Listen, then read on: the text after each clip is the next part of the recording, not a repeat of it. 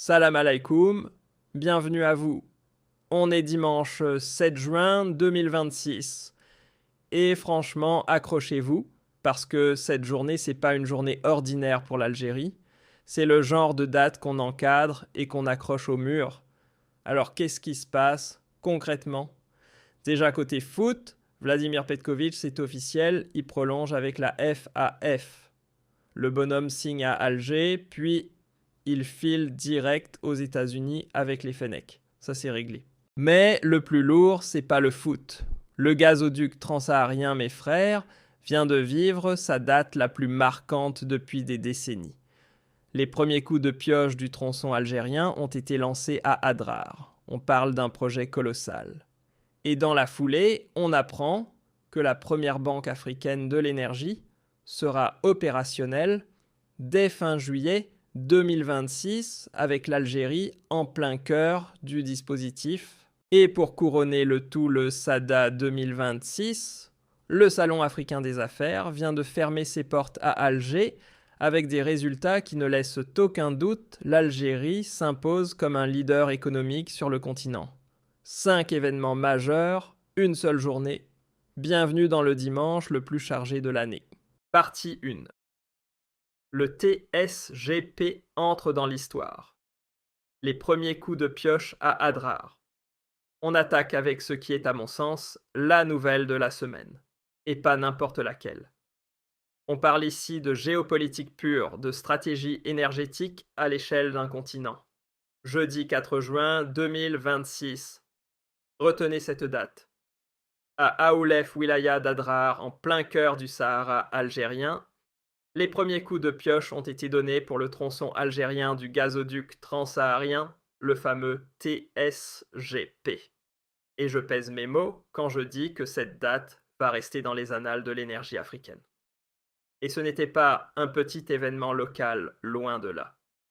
Le coup d'envoi officiel a été donné par Mohamed Arkab, ministre d'État algérien chargé des hydrocarbures, entouré de ses homologues Ekpo, ministre d'État des ressources pétrolières et gazières du Nigeria, Amadou Tini, ministre du pétrole du Niger, Noureddine Daoudi, PDG de Sonatrach, les PDG de la NNPC nigériane et de la Sonidep nigérienne, et les autorités locales dont le Wali d'Adrar Fodil Doufi.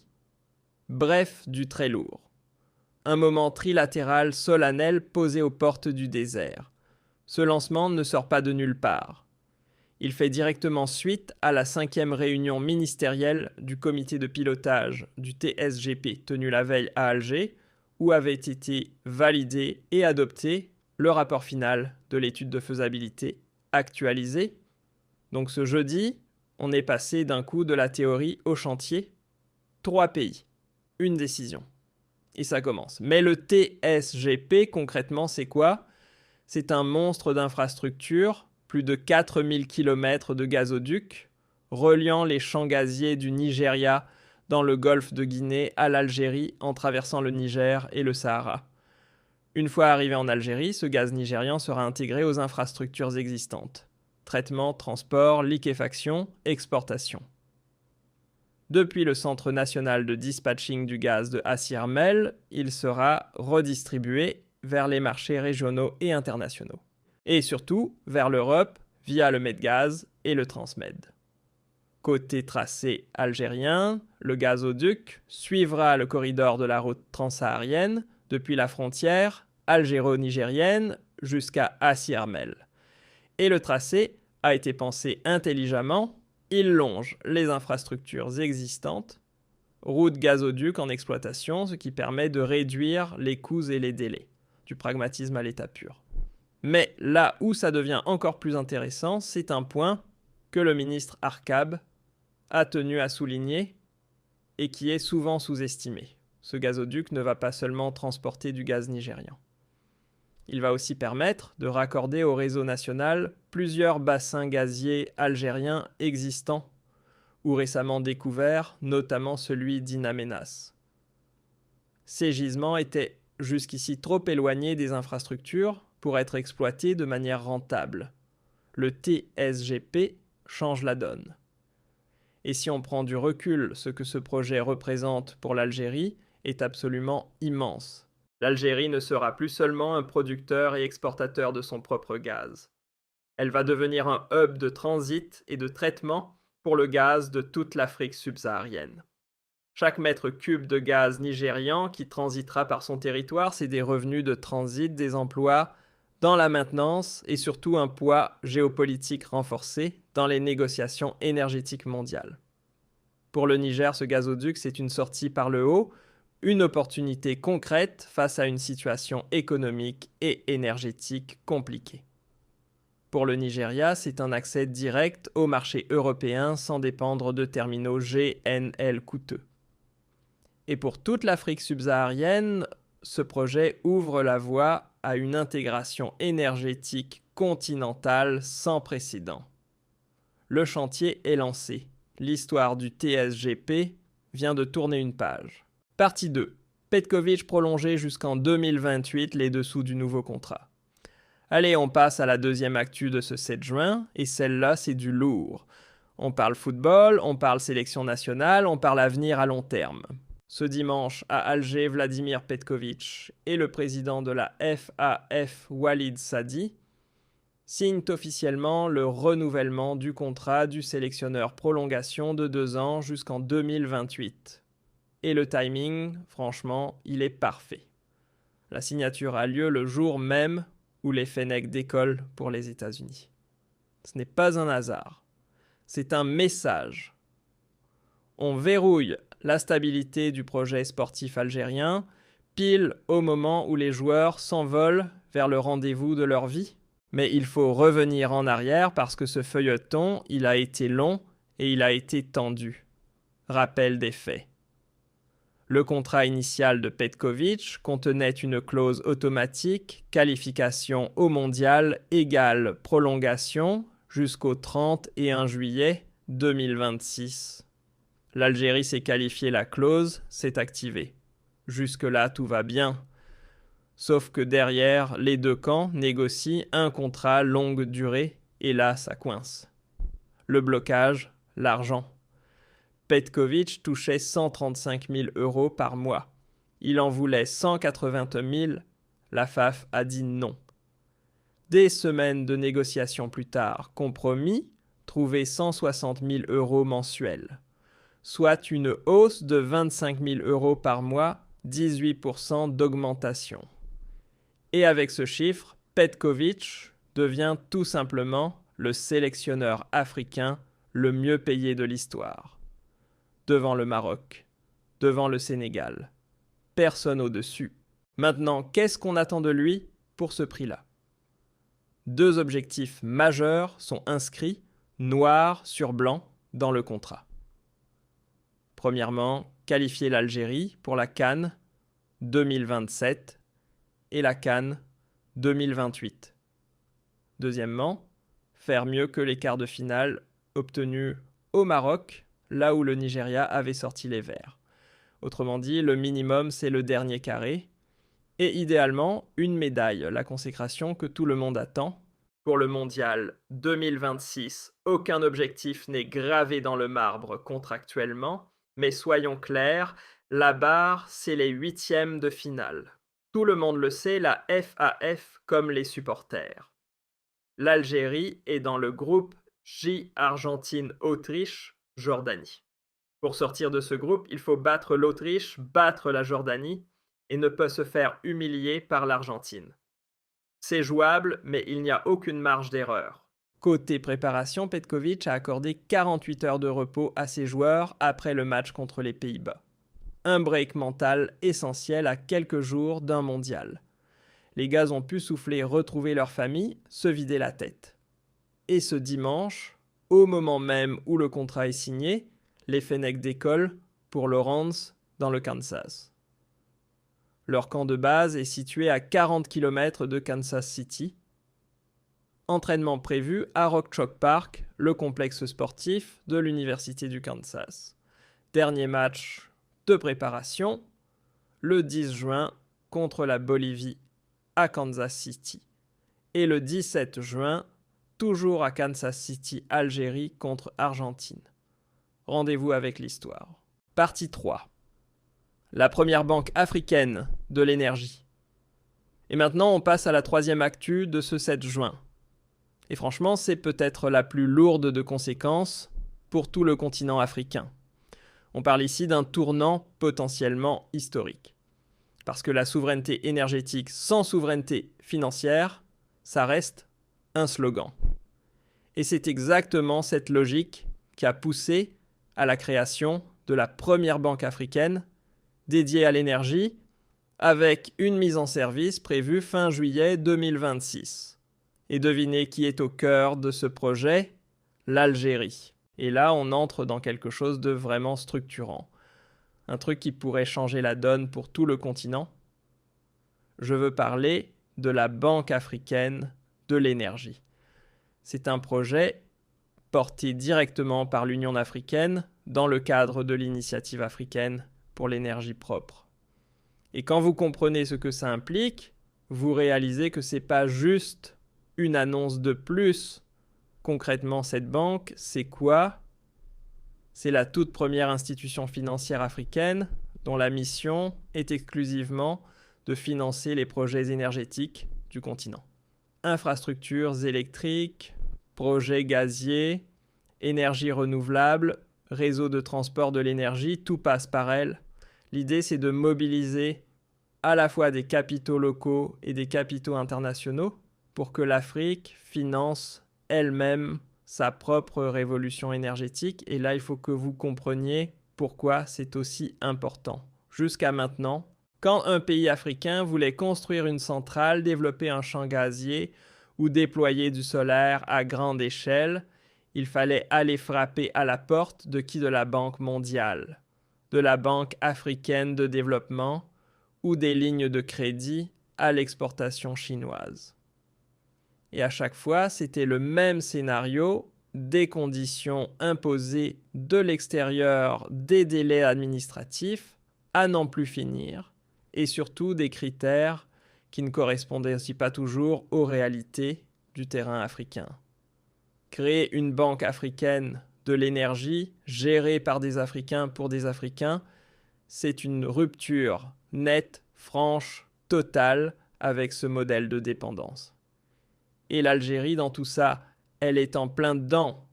Sa contribution financière fait partie des engagements fondateurs de cette institution. Mais au-delà de l'argent géographiquement, l'Algérie est un nœud stratégique pour les projets énergétiques panafricains.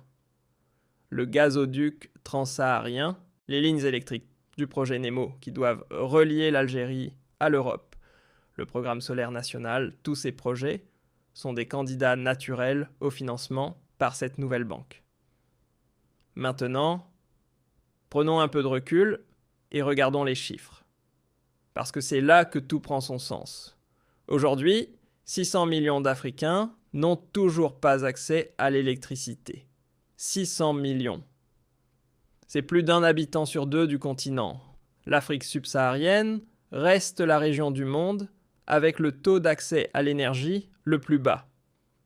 Et le paradoxe, il est, là l'Afrique possède les plus grandes réserves mondiales de gaz naturel non exploitées. Un potentiel solaire et éolien absolument colossal. Des ressources hydrauliques immenses. Tout est là, mais rien n'est connecté. C'est exactement pour ça que cette banque existe. C'est le mécanisme financier qui doit permettre de relier les ressources aux besoins. Et si elle fonctionne comme prévu, on parle de dizaines de milliards de dollars mobilisés rien que dans les premières années. C'est un pari ambitieux, c'est clair. Mais c'est aussi, et je pèse mes mots, la seule manière crédible pour l'Afrique de reprendre le contrôle de son avenir énergétique. Allez, on passe à la suite. Et là, on parle business. On parle gros sous. On parle Afrique. Cette semaine, Alger a accueilli le SADA 2026, le Salon africain des affaires. Pour ceux qui ne connaissent pas, c'est le rendez-vous annuel où les décideurs économiques de tout le continent se retrouvent pour parler investissement, commerce intra-africain et opportunités de croissance. Et l'Algérie, elle n'était pas là juste pour faire de la figuration. Pas du tout. Le ministre du Commerce, Tayeb Zitouni, et le ministre délégué chargé de la prospective et des statistiques, Mohamed Cherif Belmioub, ont officiellement représenté le pays lors de la cérémonie de clôture.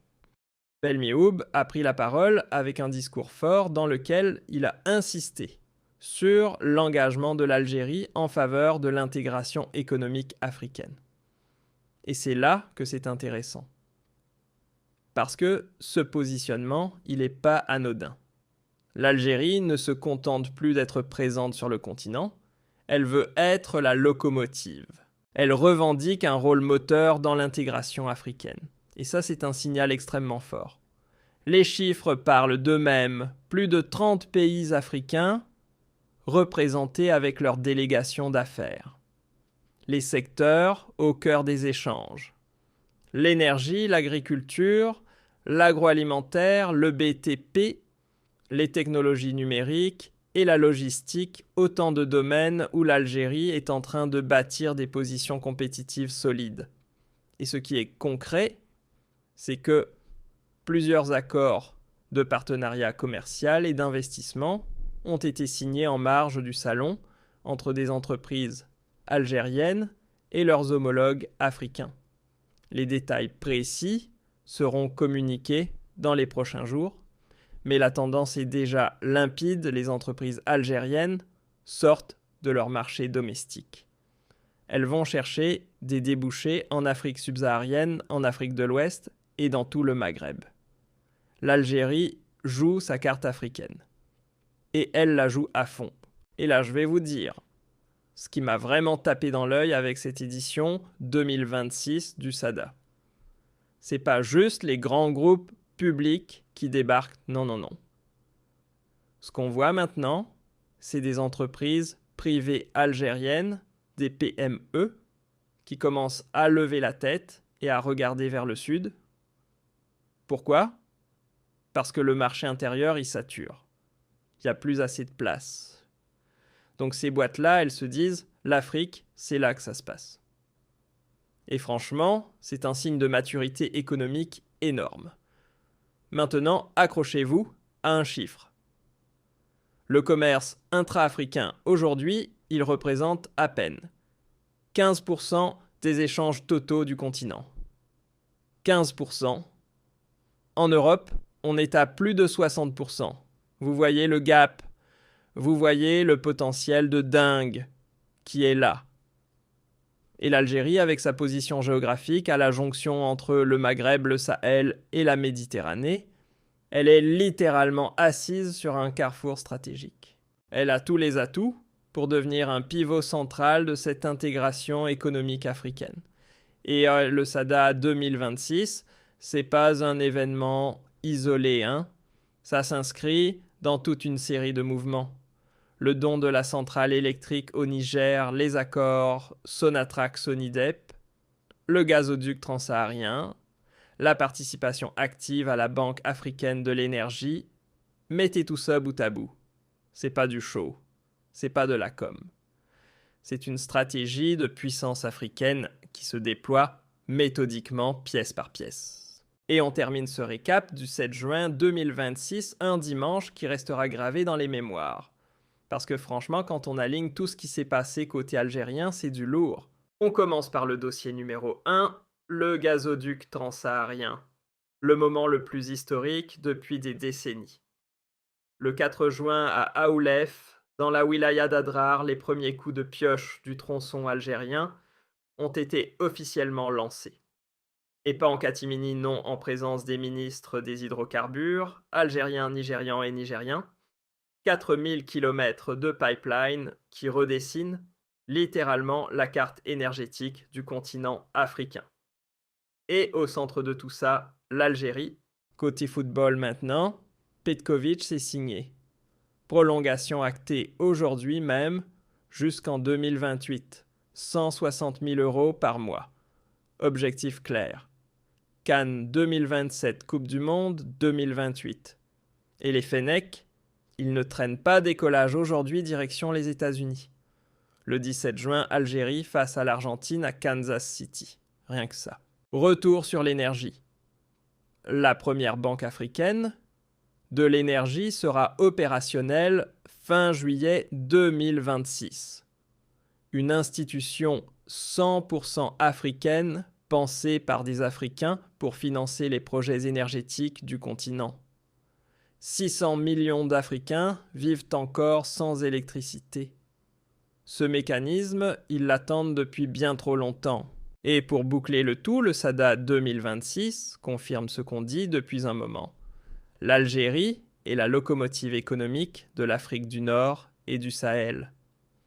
Des entreprises venues de 30 pays, des accords signés à la chaîne et un message limpide envoyé au monde entier.